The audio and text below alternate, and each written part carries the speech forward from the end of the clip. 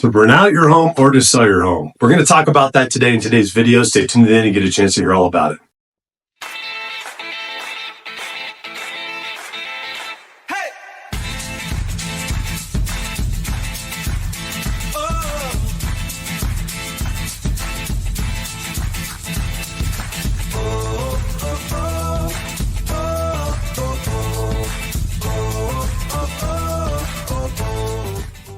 Before we get into the actual body of this video, guys, I just want to say if you've got any questions whatsoever on real estate needs or just moving out here to the area, to the Teller County or the El Paso County area, please, I've run a team of agents. My name's James Dean. I run the James E. Mountain Homes team, and I would love to be able to help you guys out with that move as you come out to this area. We've got lots of agents that are here ready to help as well. Just give us a call or shoot us a text, 719-266-2725, or you can email us at info@jdmrnt.net. Let us be your real estate experts. Let us be your local mountain real estate experts out here in this area. Okay, so today, guys, we're talking about the question a lot of folks have. Should they rent their home or should they sell their home when they're moving? Now, first of all, I just want to say congrats. If you have the option to be able to do that, you are one of the few. There's not a whole lot of people that get that option to do that are going to have enough money to actually purchase the next home while keeping their old one and renting it out to hopefully gain more equity, more value, and to get a rental income in on it. Now, that's an amazing place to be, and it's an amazing problem to have with that too. But I just want to talk about some things that you may or may not have thought about going through this, just so you've got some more info to kind of play with so that you can actually start game planning this to see which is going to work the best for you. So first of all, if you're going to keep your home that you currently are living in and you're going to rent it, you need to know there's some things that are going to happen with it. Number one, renters are never going to treat it the same way you did while you were living there. My wife and I experienced that. It was pretty traumatic for us. We did that coming out of Hawaii. We were stationed in Hawaii and we were having a hard time selling. It was right after that big housing bubble of 2008. And so we just needed something income-wise to hopefully help us. And we thought, well, we don't want to do a full-blown renter. Maybe if we do a rent-to-own, we'll have somebody that has a little bit more skin in the game because they might be able to purchase it at the end of their lease and they'll take care of the house better. Well, this house, older home, was completely renovated when we bought it. We added a huge lanai, which is a front porch area on that. It was 12 by 12. That was all wood. And then we had a gable roof coming over. It was a gorgeous place to hang out in. We landscaped everything around it. Just such a beautiful home. Well, we rented it out. Lo and behold, went over there to check it out. And the renters had decided that they didn't like the landscaping. They'd prefer to use it as parking. So all of that we did to break up the old asphalt that was down there and put sod in and get grass growing and then edge it out where the grass was and put some pavers in so that it was nice and edged and put these beautiful flowering trees in and palms in and everything.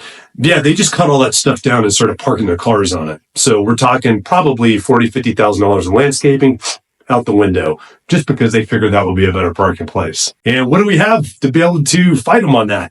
Their security deposit of $2,000. Awesome. I was pissed. So just know renters are never going to treat your place the same way you do. You've got to accept that up front and you've got to release that emotional hold that everything that you'd worked on in that home is not necessarily set up for a rental because you're looking more for durability for a rental than you are for just beautifulness. If you get lucky enough to have a wonderful renter that does take care of that, awesome. But you can't plan on that. And it's going to be difficult, especially with today's rental laws, to try to weed that out without getting hemmed up for discriminating in some way, shape, or form. Talking about rental laws, you definitely need to get educated in your area for what renters are going to be able to get away with, what they're going to be able to do. Typically what we see is landlords have no idea, the homeowner has no idea what his or her rights are as regards to an owner as opposed to the renter that's in there too. And I'll tell you right now, if you've got a renter that's going to be a problem, you better believe they know all of the laws. In the military, we call them barracks lawyers. In the civilian life, I mean, it's just folks that they're going to cause problems no matter what as you go through that process. So even if something seems reasonable to you, it might not seem reasonable to them. And then it goes to a judge and you're trying to figure that out. It's going to cost you tons of money on it. So know the risk that's involved with that. Know what the laws are so you know where your right and left boundaries are going through that too. And make sure you're going to be able to live with that because that's another thing that you're going to have to deal with when you start renting your home out is doing that. Now, some other things that you're going to need to do too is you're going to need to make sure that the rent that you get will offset any kind of mortgage that you have, or make sense on the cash flow side for you to be able to hold on to that. Now, most investors out there will tell you that to invest into a piece of property and to have a bunch of different properties out there and you've got negative cash flow on it is a great way to go bankrupt really quickly, especially when you get vacancy rates, and that completely makes it exponentially worse. So when I say negative cash flow, I mean your mortgage payment is $2,000, the rent's $1,700. That's $300 in the red every single month. That's not including any kind of repairs you got to do on the house. It's not including the damages that the renter's doing into it that's just from heavy use because the kids are running through the house with their shoes on with the snow and the mud and the dogs in there tearing holes in the walls. It doesn't have anything to do with any of that. This is just basic rent on top of the mortgage. So make sure that you can actually rent it out for at least what the break-even amount is, preferably above what you're currently paying. Now, a lot of folks have some spectacular interest rates out there right now because of what happened a few years ago, which is why they want to hold on to a home and they want to rent it out. Now, that will probably give you that little bit of an edge to have a good cash flow on that too. So that's good for you as well. Another thing you need to think about if you're going to rent and you're going to utilize or you're going to get a loan to purchase another place, you need to have a long-term lease in effect in order to offset that mortgage payment that you're already paying. Otherwise, your debt to income can be too high because the lender's going to look at it as you owning two homes and having two mortgages. And if they can't legally look at, like, hey, there's an offset on this to take care of it, then you're not going to be able to get that wiped away on your debt to income side, and you might not get qualified for your next loan. Short-term rentals typically don't work for that unless you've got somebody doing some creative lending for you. It's got to be long-term when you're applying for that loan. So that's certainly something to look at and take care of as well. A lender just wants to see as risk-free as possible that you're going to be able to maintain both those payments. And the way you're going to maintain the one for the winter renting out is from the renter that's in there. So a lender's definitely going to look at all that stuff too. So certainly something to look at as you're kind of going forward and you're looking through these things. So as you're moving into your next area too, and I have this conversation with buyers all the time, they're always weighing back and forth. A lot of them have lots of equity in the place they're looking at renting. There's different ways you can pull out on that if you want to. Some people recommend it, some don't. I'm not a financial advisor. I'm just saying there's different ways that folks do look at doing like HELOCs to do down payments so that way you can still maintain the home they were in before. That kind of negates the great interest rate that you had before those. So just make sure, you're not setting yourself up for failure by pulling a HELOC out that'll do that. But a lot of folks do that for that down payment going to the next place to kind of pull some of that equity into the next place as well. Now, if you're looking at upsizing, there's a lot of things that come out of that too, where when you sell one place and you're going to get that equity out and build into the other, yes, you're going to lose the interest rate that you possibly had before.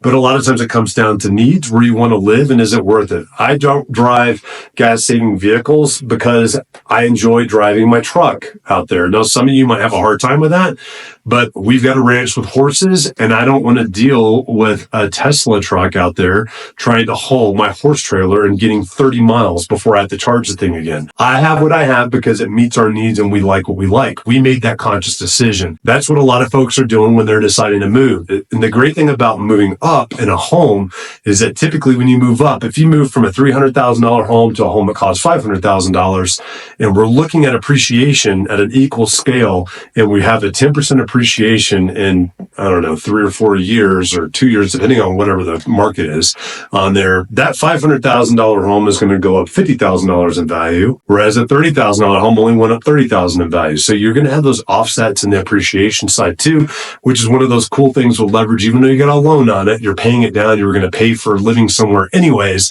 There, you're going to get a quicker amount of equity with a more expensive home than you are with the least expensive home too. So lots of different things that you can play with on that too. Plus, you just need to understand too, there might be a major difference in quality of home if you're looking at being able to move up into a different price bracket because you sold your other place too. Now, doesn't mean that one way is better than the other. It's all individually done so that it meets your personal needs. But what I want you guys to do is just to be able to think through this stuff so that it makes the most sense.